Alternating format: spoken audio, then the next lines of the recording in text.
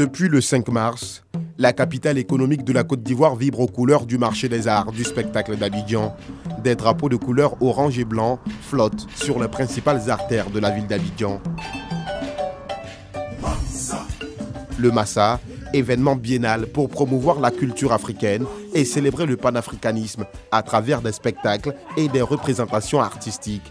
C'est le cas de cette pièce théâtrale dénommée « On ne lâche pas l'affaire » qui retrace l'histoire des pleureuses, des personnages énigmatiques dans nos contrées. Qui va pleurer le cadavre? Qui va pleurer le cadavre? C'est quelle histoire ça? Vous êtes habité, c'est laquelle de ça vous pleurez? Elles sont organisées en équipes professionnelles, elles ont quelquefois des costumes, elles viennent mettre de l'ambiance, comme elles disent, à des funérailles. Cela est souvent vu d'un mauvais œil, mais en fait, c'est une tradition qui est chère à certains peuples. Il s'agit de funérailles, il s'agit de pleureuses. On ne lâche pas l'affaire, c'est un projet qu'on a décidé depuis l'année dernière de présenter au public ivoirien. Une interprétation de grand art qui n'a pas laissé le public de la salle Niango remporter du Palais de la Culture indifférent. Ça me faisait plaisir de partager ce moment et regarder ces grandes dames, des personnes qui étaient avec nous pendant toute nos enfances, qu'on les a vues aussi grandir dans le cinéma et dans le théâtre. C'est génial. Une pièce jouée par des comédiennes expérimentées qui voulaient, à travers ce spectacle, faire passer un message. Et quand tu vas leur demander là, elles vont te dire qu'elles sont sapées. Attends, je vais voir. Hé, ta chérie! Madame! Oui, vous êtes tapée, hein? Ben oui! C'est nous, hein? À travers ce spectacle, c'est pour que chacun essaie de se voir dans un miroir, voir son comportement dans le miroir pendant les funérailles, parce qu'il n'y a plus de compassion. Et le constat que j'ai fait, les gens vont pour autre chose. Tu vois les gens aux funérailles, ça rigole, ça cherche plutôt de la nourriture, ça fait ceci, ça fait cela, et ça parle de tout, aucune compassion. À quelques encablures de là, l'artiste Aïda Sa, chanteuse et compositrice ivoirienne, se produit tout en égrenant ses morceaux phares pour le grand plaisir de ses fans et des nombreux mélomanes ayant fait le déplacement. Le marché des arts du spectacle d'Abidjan, c'est aussi plusieurs sites, entre autres l'Institut français au Plateau ou encore le Yelams dans la commune de Treichville. Sur ces sites, des artistes venus du monde et spécifiquement de l'Afrique ont la chance de montrer leur savoir-faire. Une opportunité pour des disciplines peu connues du grand public, comme le slam ou encore le conte, d'être mises en exergue.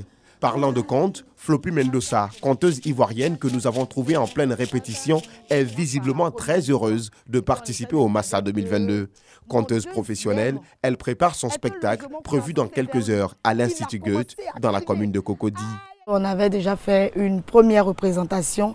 On a eu le temps de regarder la vidéo pour voir ce qui a marché, ce qui n'a pas marché. Donc il fallait impérativement faire une autre répétition avant le spectacle de ce soir. À quelques minutes de son spectacle, un rituel s'impose. Je suis vraiment stressée et puis bon, j'espère que tout va bien se passer. Sa Majesté. La fille, elle a grandi. Laissez votre fille, elle va se marier. Et Sa Majesté, je vous en supplie, mettez un peu d'eau dans votre Nyamankoudjila. Elle ne cache pas sa joie après une heure de spectacle et félicite le public pour son soutien. C'est le public qui m'a inspiré parce que dès le départ, le public était là. Et ce qui m'a poussé vraiment à donner le meilleur de moi-même dans ce voyage imaginaire. Et j'ai raconté 3 histoires. Et la première histoire avait pour moralité le fait de savoir saisir les occasions avec intelligence. Et la deuxième histoire, c'est tout simplement pour parler du pardon. Et la troisième histoire, pour parler de l'égalité. Nous devons nous accepter malgré nos différences. Comme son nom l'indique, le Massa, c'est d'abord et avant tout un marché, d'où la présence de ces nombreux commerçants de diverses nationalités venus présenter leurs différents produits à travers des expositions ventes.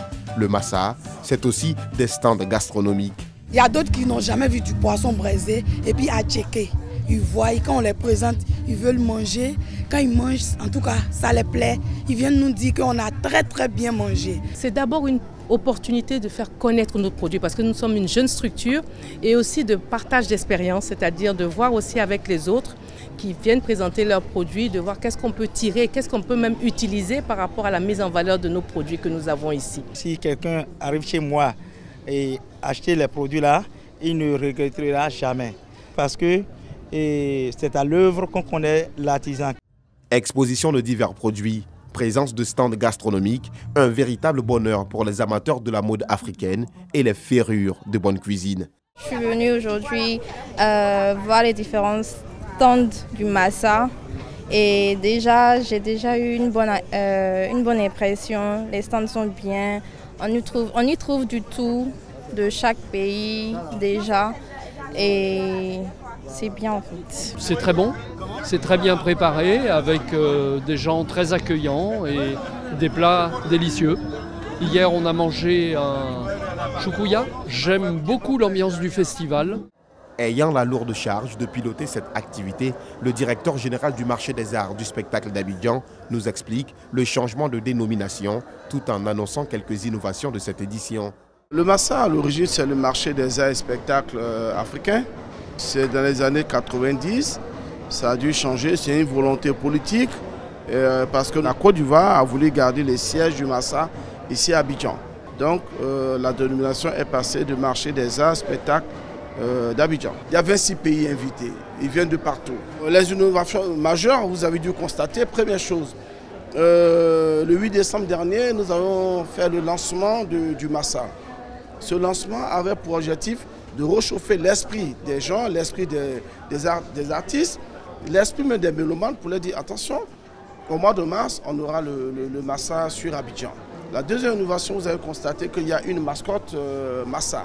Cette mascotte qui représente un symbole culturel, hein, qui est le tam-tam. La troisième innovation, c'est qu'il y a une hymne du Massa. Et cette hymne va voyager vraiment de par le monde entier. Selon les autorités, le marché des arts du spectacle d'Abidjan attire quotidiennement plus de 30 000 personnes réparties entre différents sites. Pour les populations et les professionnels de la culture, le Massa reste et demeure l'événement culturel africain par excellence.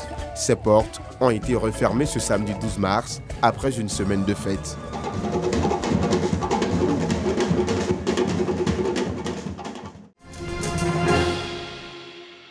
Ils sont tous réunis ce soir pour assister au gala de clôture du Ivoire Black History Month. Ce gala met ainsi fin à un mois de célébration des grandes figures de la résistance ivoirienne à l'époque coloniale. Le gala, en fait, c'est l'apothéose de 28 jours de célébration, c'est-à-dire le mois de février durant. Et il nous permet en fait de pouvoir remercier l'ensemble de nos bénévoles. Et par-delà, nous sommes dépendants de salité, en parlant de formes de résistance et des raisons de résistance et de la finalité de se manifester au niveau de l'être. À l'initiative de ce gala, un groupe de jeunes web activistes qui militent pour la restauration de l'identité noire africaine. Bien sûr, c'est pas de leur parce que Superman, ce sont ces personnes-là, ce sont ces dessins animés, ces héros-là qui bercent leur enfance à l'aide des parents et tout. C'est ce que la télé de voir plus loin, de construire l'avenir, mais sans oublier nos racines. C'est intéressant d'être ici aujourd'hui, ce soir, pour honorer les résistants ivoiriens qui ont lutté pour nous et pour notre liberté. Le Ivoire Black History Month, c'est aussi des prestations artistiques et plusieurs panels sur l'histoire de la résistance ivoirienne.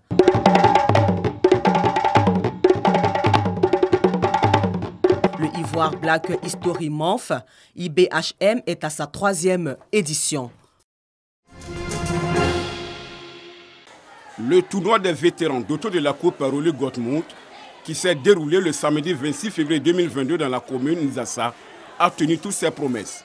Cette compétition en hommage à l'un de leurs, Rolly Gottmut, et organisée par l'ONG Scrobler Sans Frontières, a été remportée de haute lutte par les vétérans qui ont fait montre de leur talent.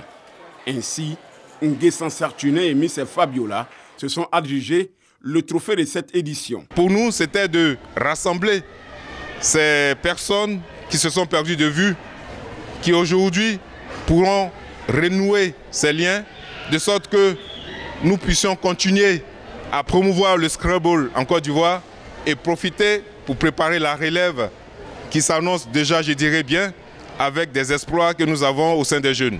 Et c'est aujourd'hui un honneur de nous retrouver après toutes les différentes crises, et afin de pérenniser le Scrabble.